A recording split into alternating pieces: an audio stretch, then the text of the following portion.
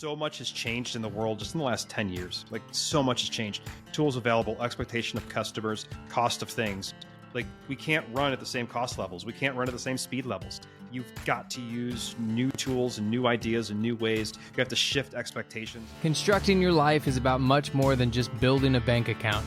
Each week, join mindset coach Austin Linney as he interviews guests who are constructing their dream lives and impacting the world around them on a daily basis. If you're an entrepreneur or wanting to start a business, or you just want to hear motivating stories of how others have overcome the odds, you are in the right place. And now for your host, Austin Linney. Guys, welcome back to Construct Your Life. This is Austin Linney here, and I have the pleasure of having Mr. Josh Schultz in the house. How are you doing, sir? Good. Thanks for having me on, Austin. Man, I appreciate you coming on, dude. So much to learn about you. I don't know much about you besides what you do now, but I want to kind of dig in, and if you want to tell the guests kind of where you started and where you are now, and we'll just kind of get rolling. Yeah, so started as upstate New York, Syracuse, and nothing of note, not particularly smart, not a well-connected family. Actually, Syracuse is a pretty poor town. A lot of manufacturing has left there since the 50s. So it's economically depressed. It's also very gray. So you get about, it feels like a roughly straight 9 months. You get a lot of gray called the Syracuse gray. It's the way the weather patterns come off the Great Lakes. And what you end up having is a kind of almost this citywide culture of depression. So everybody's like, oh, nothing ever gets better. It comes across, and it's like a famous local thing. The Syracuse comments are the worst place to live because they talk about any business that opens up, oh, they won't last long. And so that was kind of where I grew up, was this limiting in almost every way area up in upstate New York. And then from that, had a dad who kind of expanded my thinking through force and will, and owned a small fastener company, which I swore I'd never work for. And through a series of events, left finance and ended up leaving New York City and going to work for him. And that's kind of where my life finally started to make sense to me. And started to work with him, learned operations, dug in. And then from there is kind of where most people know me. Started to travel a lot more, learn a lot more, meet a lot of new people. And I'm just a sponge for information. So basically, I'm just like an amalgamation of all these things I've learned from other people and experiences and problems.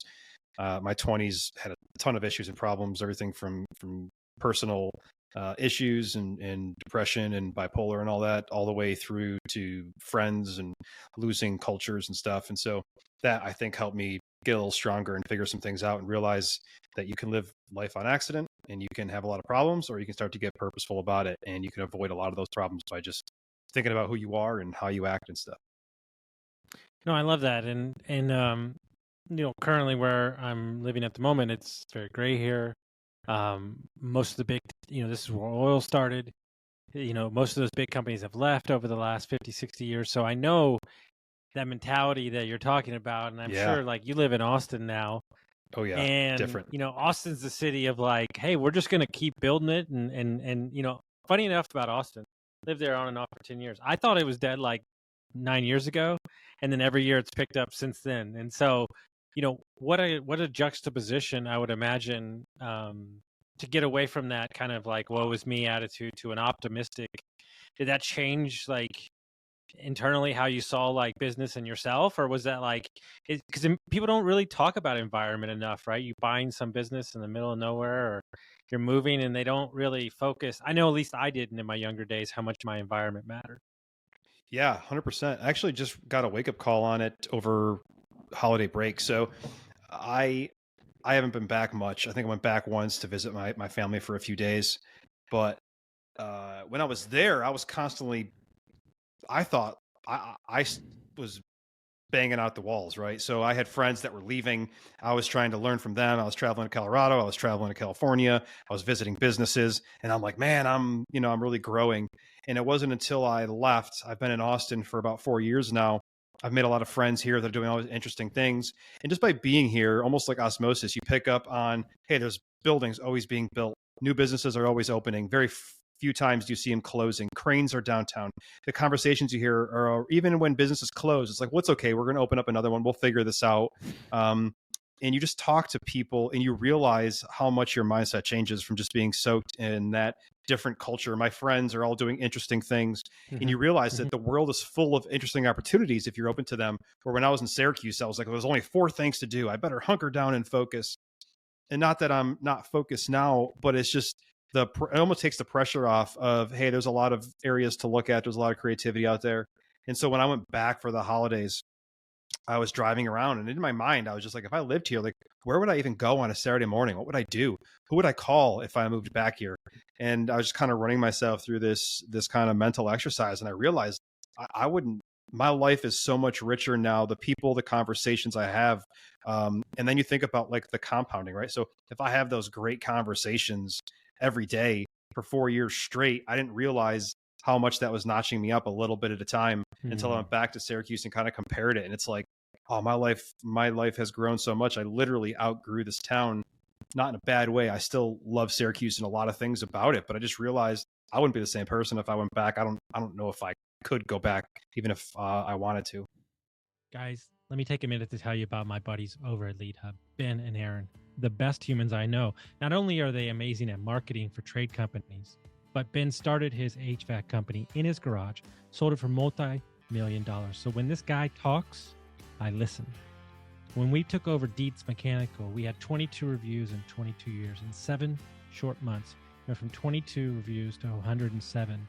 We went from a 4.2 to a 4.7. We tripled our Facebook presence and we tripled our calls.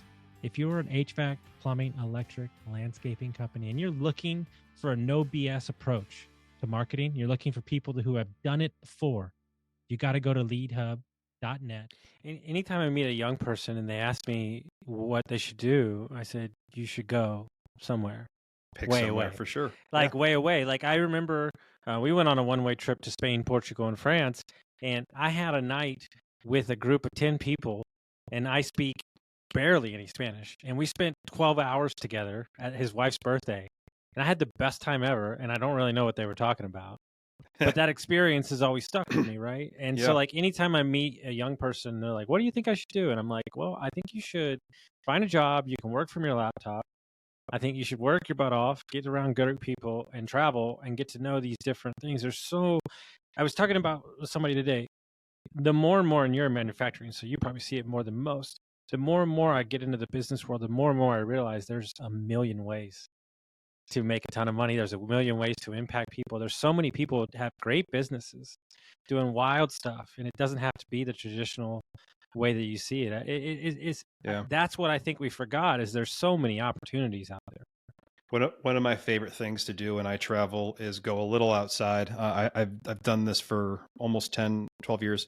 Started doing it when I was in doing sales for my business back in Syracuse. And what I would drive around, and you just see all these businesses. You go to these industrial centers where they just spin up, rows, and there might be manufacturing, but also just sometimes legal and accounting. And one of the coolest thoughts I always have is you pass hundreds of buildings in this small town that I didn't even know existed. Some, let's say 2 hours outside of Syracuse, or 3 hours outside of Kansas City. And you just see business after business after business. And you think about it, that little place I've never heard of, in the city I'd never heard of, there's hundreds of them, are all paying somebody's lifestyle and multiple employees in them. And that you just have to think about how vast the economy really is when you constantly just drive down and just see all these businesses. This guy does powder coating. This guy only does high-end imported cars. Like, that's all he does in this small town that you wouldn't even think had any imported cars. And that's enough to fund his lifestyle and 3 guys that work there. And you just keep going through, and you just realize, like, you see the niches and the creativity. And so I love doing that. Just remember, there's lots of ways to make a buck. They're not easy. Like, they're all hard, all hard work. But there's lots of ideas out there. And the more that you learn about other ones, the more you can then fold those back on yourself. So, he's not selling direct. He's actually getting the vendor to pay him.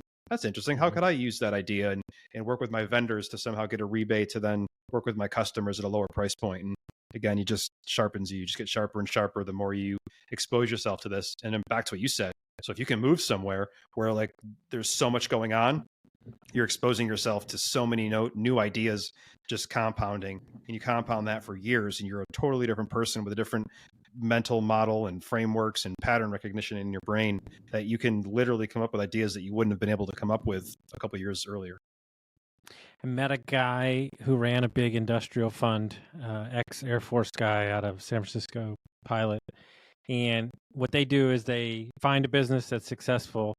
That business needs cash. They rent it. They buy out the business. The business rents it back from them for 8 years, and they can buy themselves back, right? And he was walking me through all of his businesses that they have. They have so much stuff, Kansas City, everywhere. And he said, you know that felt that's in the glove box of the car? He's like, I have a company that does that. Just that, like that Just little that, spot. yeah. And he was like, it does like I'm like, and you just like those conversations. And that to me is X, Twitter, whatever you want to call it. There's a guy on there, gas business guy, like killing it. And I'm reading his stuff. I'm like, I never even like thought about this. Like, Yeah. And I love that exploring of the minds, and you've traveled a ton. And so, what you're in manufacturing, you're in operations big time now. You're working on bringing back, the foundries and all that stuff. What did you do before you got into that as a career, and then what brought you into this? Yeah, I'll give you some shallow dives, and then we can go deep wherever you want. Okay. So I started in finance. That was what I did a lot of. I was the 10-year-old who was getting all the 10Ks delivered to the house. I had stacks of them. My parents thought I was crazy. I would read them. I would model them. I would use Excel, when I was 12. And I started building models. So by the time I had gone to college, I had probably built thousands of cash flow models, literally thousands. They weren't all good. They weren't all complex. They probably weren't accurate, but I was giving it my best shot. I was doing profitability. I was doing valuations. Started to get into trading a bit. Had CFA 1 and 2 by the time I was even done with undergrad. And as I got into that world, it was 2007, 2008 as I was coming out of school. And so basically everybody went on lockdown for hiring, and I didn't come from the city. I didn't have any connections. I didn't have any connections in Syracuse. Syracuse is not a finance place. It's, you got a couple of local financial advisors and that's it. And so I really struggled with finance, working in finance, finding a good job that I could utilize my skills and explode. I was also extremely selfish, and I didn't understand how the world worked, I guess is probably the best way to put it. So I thought it was all about knowledge. And I figured if I was the smartest, I could get any job I wanted. And the reality is, and even as I hire now, I know this to be very true. I'm going to hire people that I want to work with every day. So even if you're not the smartest, but I can get along with you and we can hash out problems. Basically, if I don't want to be in a car with you for 5 hours, or I can't, like if I'm going to tell you to fly a separate flight, then we probably shouldn't be hiring you, because I want to, we're going to spend a lot of time together working. Yeah. And so, excuse me. So there, I wasn't likable. I didn't have any skills. I didn't have any hobbies. All I did was read. All I did was learn. All I did was school. I was so dialed in that I was the most boring person ever. Looking back, I know exactly why I didn't get hired. I was dull. And so there's a number of other reasons why I failed out, all my own doing. So I just decided I wasn't going to push this anymore. The final clincher was 2008. Finance was about, I think, 25% of GDP. Whenever an industry or a sector gets that to be that large, you usually hit what's called a generational consolidation. So I did a lot of finance history, years of it. And so I knew that it was going to be 40 years to fully shake out, or thereabouts. And I just didn't want to that's my working career. I don't want to spend my entire working career working on this consolidating thing where if you had an uncle, or if you were already in the game or had experience, again, great people, but I didn't have Ivy League education. I just didn't have any of the edges. And so player edge, right? I reassessed at that point, and I decided to go back home and left Manhattan. And at the point, I got my graduate degree to give me 2 years to figure out what to do. And in that, my dad asked me to come work with him. And I was like, well, I have nothing else to do. This sounds horrible. And he goes, just come for a summer and help me. So I helped him for the summer, and I fell in love with it, man.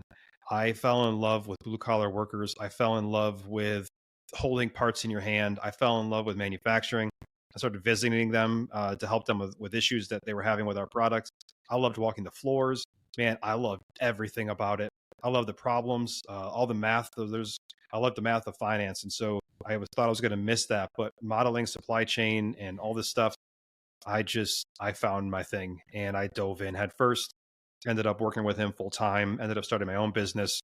We grew them side by side and eventually merged them. And so I had been to, all the low cost provider countries. I lived in Mexico for a while. I lived in China for a while. We owned a facility. I started a facility in Mexico actually in 2015 to operate that, and lived down there to start that. And then just kind of grew that thing. And then we sold it in 2019, about a month before COVID hit. And so we sold that out. I worked for that PE firm for about a year. I had always wanted to, or the PE firm platform company that bought us. I worked for them. And I'd always wanted to be involved in PE until about 2 weeks into actually working with PE. And I realized it's a bunch of, I call them Excel managers. They just manage by Excel. There's very little reality of how things work. It's crazy how educated these guys are, and still just not understanding the impact of certain decisions. And I just didn't want any part of it. And I've heard the same from a number of others. And so I just wanted to get back into small business. It took me about a year, and I finally met a guy named Reg Zeller, who's my partner and pretty much everything now. And he's got a lot of the same mentality I do. He comes from the opposite end. He comes from corporate, doesn't like how they do things. And so, we're buying manufacturing. We're starting in foundries, and we're trying to run them a little differently, where people matter, pay matters.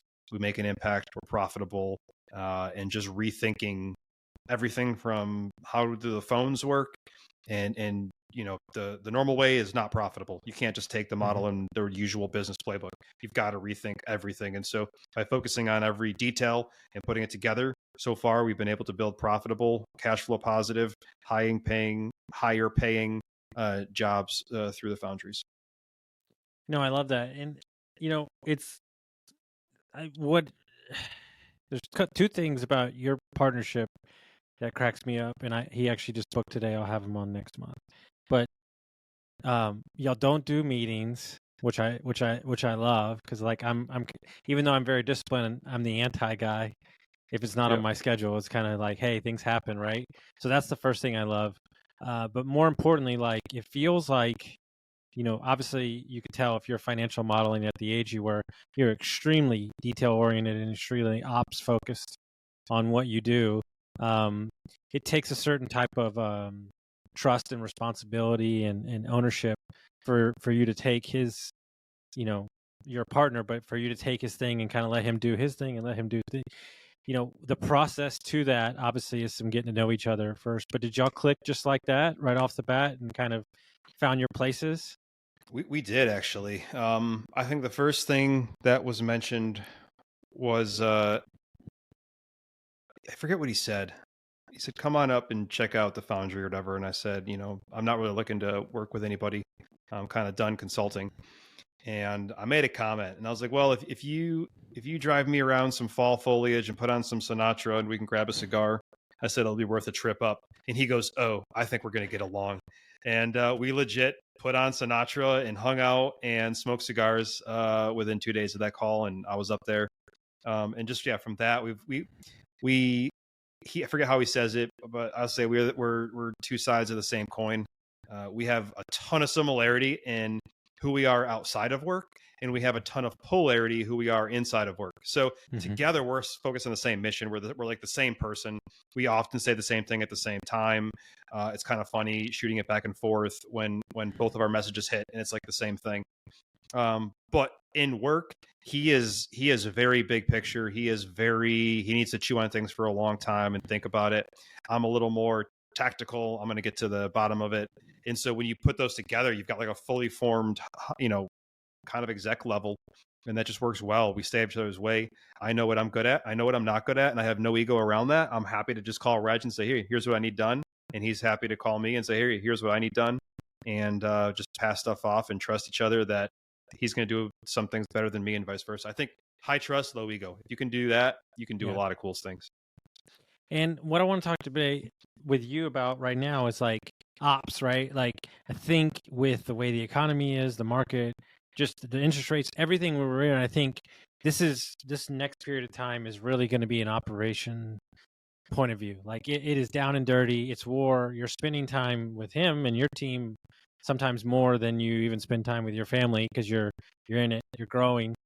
When you look at the landscape of business, like what are the aspects of a business owner or CEO that they're missing the boat over and over again when it comes to operations? Yeah, this is coming up a lot lately.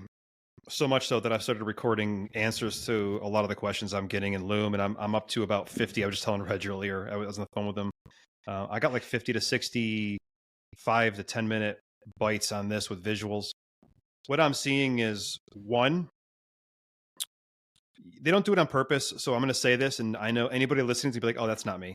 But they run status quo. They get into a business like this is the way they're doing it. They'll change some things, but there's not a hard, detailed overview of how we do everything and a questioning of it. And that really needs to be done. So much has changed in the world just in the last 10 years. Like so much has changed. Tools available, expectation of customers, cost of things. Like we can't run at the same cost levels. We can't run at the same speed levels. You've got to use new tools and new ideas and new ways. You have to shift expectations. And so it's hard to put this in one bucket. To me, it's one thing, but I can't think of the wording. But for example, I was troubleshooting with a company just yesterday. I was out in Orlando, and they've got an issue where they overpack on some items and they underpack on some items, right? It's trying to, if we can forecast perfectly, we can not have to have the wrong package level. If they pack too much, what happens is then they have to waste time unpacking if an order comes in for a different type. And if they pack too little, then they got to hurry up and pack that before the order goes out. So no matter what, they're wasting time. And so what I see most people do is they like try to optimize that. Well, let's try and minimize, let's find the right packing level of every single part, and then we'll pack it just to the right amount. Think bigger, zoom out. Why are we packing them at all? Why aren't we packing them until we need to pack them? Well, because that customer only gives us an order a day ahead of time. Why are they giving it to us a day ahead of time? Well, because that's what they've always done. Well, can we call them and tell them that we're going to do a week ahead of time? No, they won't do it. Okay, great. Let's move to a VMI system. Now we control and we know the data. We can go in a week early and know like it's going to be better service for that. And you just keep like sometimes the solve isn't at the point of the problem. It's at a totally different area. And then you solve that and it changes all these downstream things.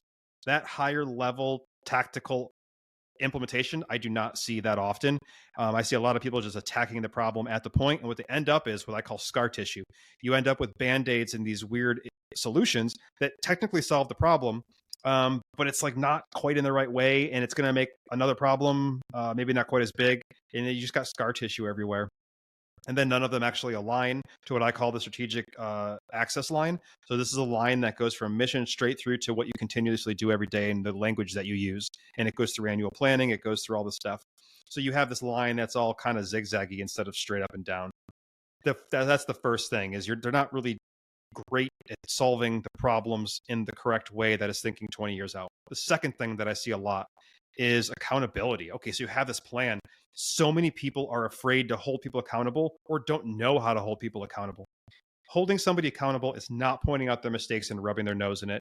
It is not telling them that they're shitty.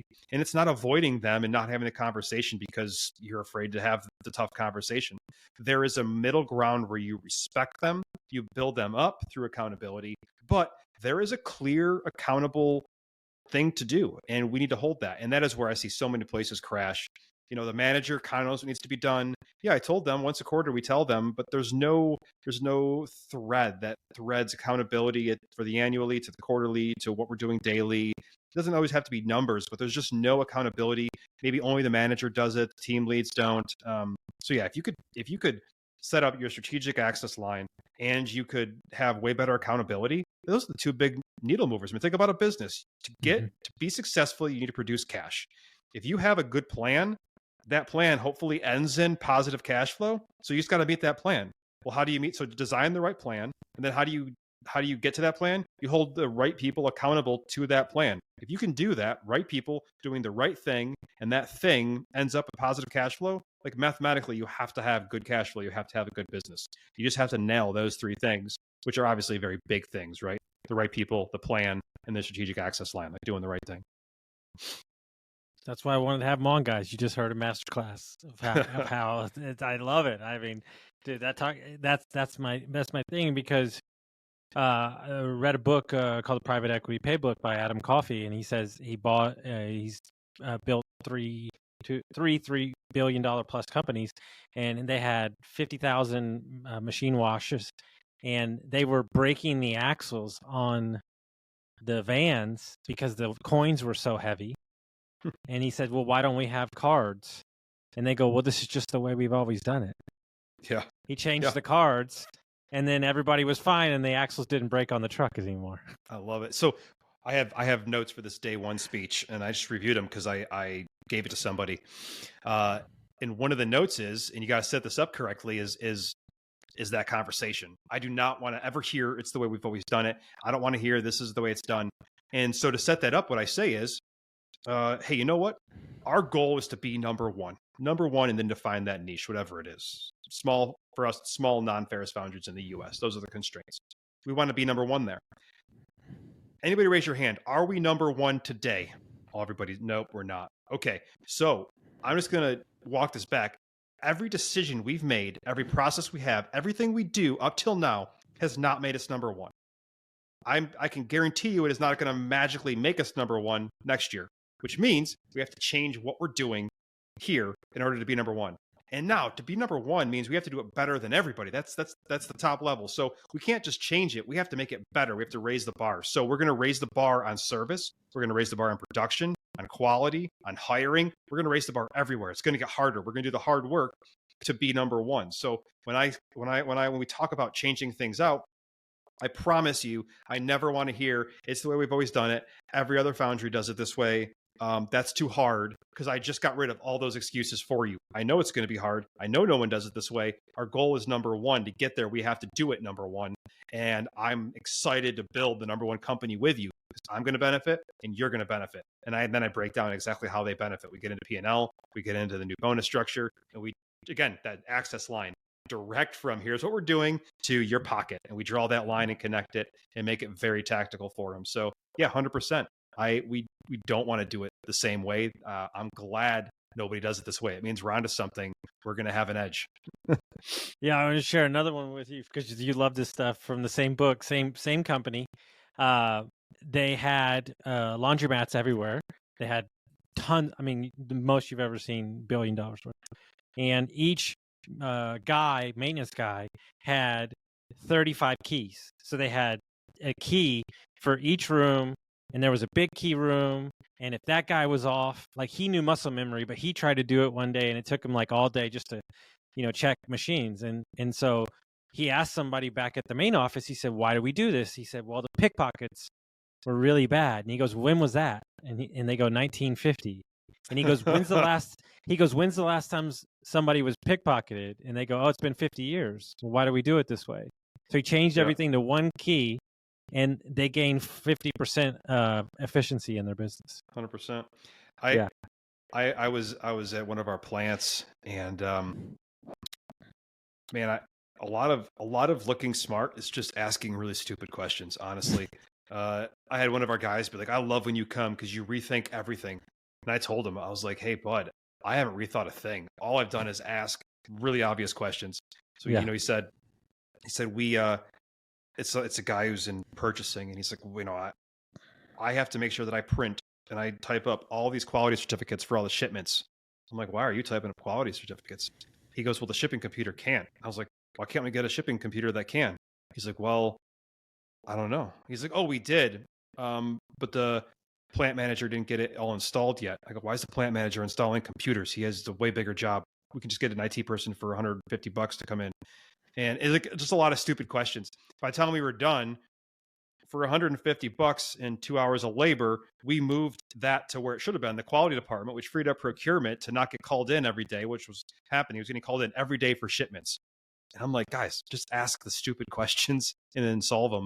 I didn't do anything other than ask the obvious question. Why is this guy who's supposed to be on the floor doing this in here typing up quality certs when it has nothing to do with quality or shipping or the customer or certifications or anything to do with it?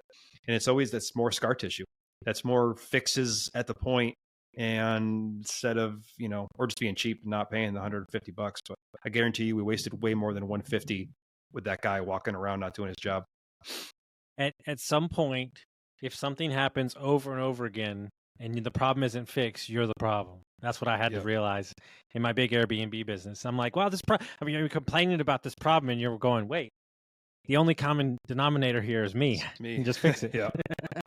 So if people want to, you have a great newsletter and other stuff and great content on X. How would they do that? So yeah, you can get my newsletter by just going to my site, joshuaschultz.com. I try to put that out every week, try to be really tactical about it and make sure I'm not giving you fluff. And then, I'm on X, just Joshua M. Schultz on X. Again, I try to be tactical, share things that are helpful. I try to stay on point so you don't get a lot of fluff, although my sarcasm comes out once in a while on there, more with friends that know I'm being sarcastic and don't take me too seriously. But yeah. No, it's a great newsletter, guys. Definitely check it out. Send it to a friend, share this episode with somebody, and we'll see you next time, guys. Thank you.